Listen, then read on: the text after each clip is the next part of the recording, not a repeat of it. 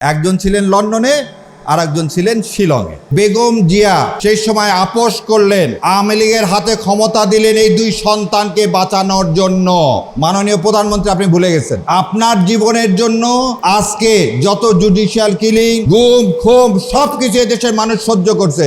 আপনার মায়ের সেদিন কি জন্যে, আপনার মাকে সেদিন নেত্রী মেনে আজকে এই সংসদে দাঁড়িয়ে যারা জুলাইকে বলতেছে জুলাই অক্ষরে অক্ষরে পালন করবে, এই দুটা লোকও এ দেশে ছিল না এই আন্দোলনের সময়। বিএনপির সৌভাগ্য তা আল্লাহ আমাকে সংসদে রাখেন, কারণ কালকে যে মিথ্যাচার করা হলেন, মিথ্যাচারটা কি? উনি বললেন যে সংসদই সার্বভৌম, তারা যে কোনো আইন তৈরি করতে পারে। ভাই, তাই যদি পারেন কালকে সুপ্রিম কোর্ট বন্ধ করে দেন, আমরা অন্য প্রফেশনে চলে যাই। এই কনস্টিটিউশনে বলা আছে আইন বৈধ না অবৈধ এটা দেখার একমাত্র ক্ষমতা কার? সুপ্রিম কোর্টের। আপনি উঠে বলতেছেন যে না, আমরা যা বলবো সেটাই আইন, সুপ্রিম কোর্টকে। কোনো ভালো মানুষ আওয়ামী লীগ করতে পারে না, কোনো ভালো মানুষ আওয়ামী লীগ করতে পারে না। কারণ যাকে এই ছবিতে দেখতেছেন উনি কিন্তু ছাত্রলীগ করতেন, উনি ভিপি ছিলেন, কিন্তু আওয়ামী লীগের আমলে আওয়ামী লীগের দুর্নীতির প্রতিবাদ করাতে ৭৪ সালে ওখানে কারাবন্দি করা হয়। তার মানে এর পরবর্তীতে আপনারা সবাই মিলে দেখেন, শাহ মুয়াজ্জেম কে ছিলেন? ছাত্রলীগের সভাপতি ছিলেন। মিজানুর রহমান কে ছিলেন? এবং আপনাদের মাধ্যমে আর একটা জিনিস বলি, ৬২ সালে শেখ মুজিবুর রহমানের জেল হয়েছিল দুর্নীতির দায়ে, জানেন আপনারা? কোনো ইতিহাসের বই এটা পাবেন না। একটা দুর্নীতিবাজ যখন এদেশের রাষ্ট্র ক্ষমতা গ্রহণ করে তখন তার মাথায় দুর্নীতি ছাড়া আর কোনো কিছু থাকে? তখন ওই রক্ষী বাহিনীর সময় এই ছবি যাকে দেখতেছেন সেই সময় প্রতিবাদ করাটাও ছিল কি চরম দুঃসাহসিক কাজ। সেই জন্যে আমি আল্লাহর কাছে দোয়া করি যে আল্লাহ ওনাকে জান্নাতুল ফেরদৌস নসিব করুক, আমাদের সবাইকে এই ভয় ভীতির ঊর্ধ্বে রেখে আজকে একটা সুন্দর সোনার বাংলা তৈরি করতে চায়, যে বাংলাদেশে আজাদি হবে, গোলামে হবে না। এখন আমি কিছু জিনিস বলি। আজকে একটু আগে আমার ভাই কর্নেল ভাই বলে দিলেন যে শহীদ রাষ্ট্রপতি জিয়াউর রহমান তার সন্তান আজকে বাংলাদেশের প্রধানমন্ত্রী। আমি যদি তাকে জিজ্ঞাসা করি গত ১৭ বছর আমরা বাংলাদেশের জনগণ যে অত্যাচার, গুম খুম এগুলোর কি হয়েছে, সম্মুখীন হয়েছি, সেটা কার জন্য জানেন?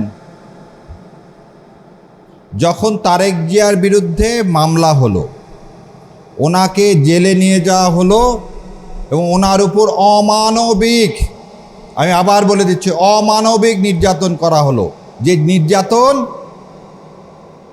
এই সংবিধানে নাই। ওনার মাজা ভেঙে দেওয়া হলো, এই সংবিধানে নাই।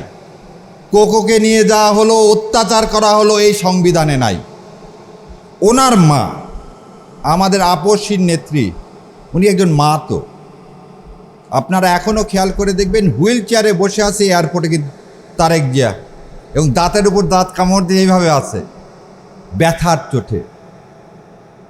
এবং বেগম জিয়া সেই সময় আপোষ করলেন, আওয়ামী লীগের হাতে ক্ষমতা দিলেন এই দুই সন্তানকে বাঁচানোর জন্য। মাননীয় প্রধানমন্ত্রী, আপনি ভুলে গেছেন আপনার জীবনের জন্য আজকে যত জুডিশিয়াল কিলিং, গুম খুম সবকিছু এদেশের মানুষ সহ্য করছে। আপনার মায়ের সেদিন কি জন্যে, আপনার মাকে সেদিন নেত্রী মেনে আপনি সেই মানুষ এসে প্রথমে একজনকে দাঁড় করায় দিচ্ছেন। শোনেন, একটা কথা আপনাদেরকে বলি, আমরা ছোটবেলায় ভাব সম্প্রসারণ করতাম। সেই ভাব সম্প্রসারণে ছিল কি যাতনা বিষে বুঝিবে কিসে, কবু আসে বিষে দংশিনী যারে। এই কথাটা কেন বললাম? ৭১ সালে ২৫শে মার্চ শেখ সাহেব কোথায় চলে গেলেন? পাকিস্তানে চলে গেলেন। ৯ মাস কি পাকিস্তান থেকে সে যুদ্ধ দেখছে? যুদ্ধ কীরকমভাবে হয়েছে দেখা গেছে? না, সে ওর কাছ থেকে জেলখানায় কিছু সংবাদ পাইছে। তাজউদ্দিন সাহেব বাংলাদেশ থেকে চলে গেছে ২৫ তারিখ রাতে, যে কলকাতায় ছিল। তাহলে দুইজন মানুষ, স্বাধীনতা যুদ্ধে দুইজন মানুষ নেতৃত্ব দিল, শেখ মুজিবুর রহমান এবং তাজউদ্দিন। কি মতে? এই সংবিধান মতে। এখানে তো নাই, কে প্রেসিডেন্ট জিয়াউর রহমানের নাম নাই। তাহলে এই সংবিধান যদি ঠিক হয়, তাহলে যুদ্ধের নেতৃত্ব দিল কে? দুইজন লোক। কে দুইজন লোক? শেখ মুজিবুর রহমান আর তাজউদ্দিন, যে দুইজন সামনে থেকে কোনো নেতৃত্ব দেয়নি। আজকে এই সংসদে দাঁড়িয়ে যারা জুলাইকে বলতেছে, জুলাই অক্ষরে অক্ষরে পালন করবে, এই দুটা লোকও এ দেশে ছিল না এই আন্দোলনের সময়। একজন ছিলেন লন্ডনে আর একজন ছিলেন শিলংয়ে। সেই জন্য আমি বললাম কভু আসি বিষে দংশিনী যারে। আরে আপনি তো ছিলেনই না, আপনি দেখছেন, তা আপনি কিভাবে বুঝবেন এই ব্যথাটা? সেই জন্য আপনার কাছে মনে হয়েছে কি কনস্টিটিউশনটায়, এই সংবিধানটার জন্যই হয়তো আমরা লড়াই করছি, ওই জন্য আপনি আবার গোলায় ফেলছেন। 90 সালকে আপনি কি করছেন যে এই বিপ্লবের সাথে তুলনা করতে যাচ্ছেন। আমি মাঝে মাঝে ভাবি যে বিএনপির সৌভাগ্য যে আল্লাহ আমাকে সংসদে রাখেনি। কারণ কালকে যে মিথ্যাচার করা হলেন, মিথ্যাচারটা কি? উনি বললেন যে সংসদ কি সার্বভৌম, তারা যে কোনো আইন তৈরি করতে পারে। ভাই তাই যদি পারেন, কালকে সুপ্রিম কোর্ট বন্ধ করে দেন, আমরা অন্য প্রফেশনে চলে যাই।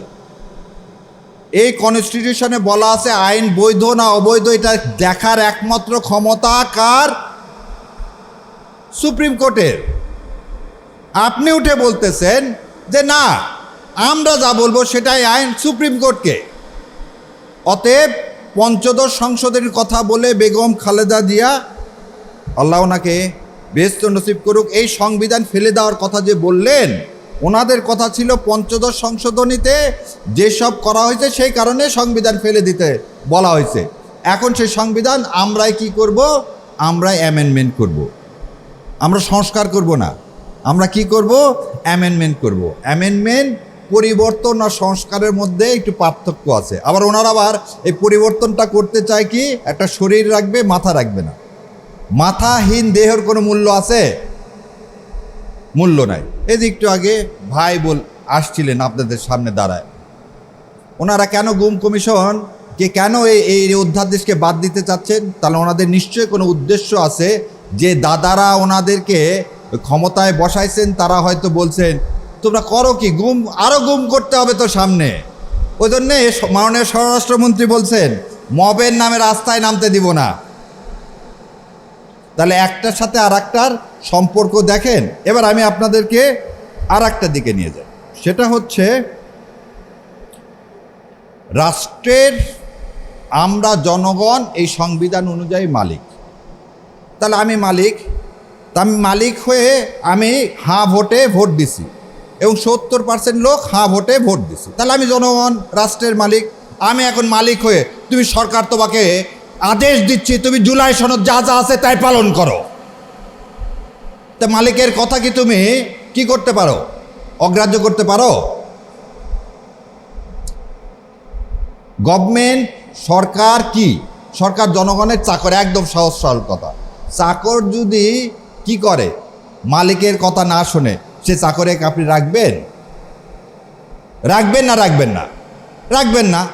তাহলে আজকে আপনি মাননীয় প্রধানমন্ত্রী, আপনি সরকার, আপনি হচ্ছে জনগণের সেবক, আপনি সেই সেবক হয়ে মালিকের কথা শুনতেছেন না।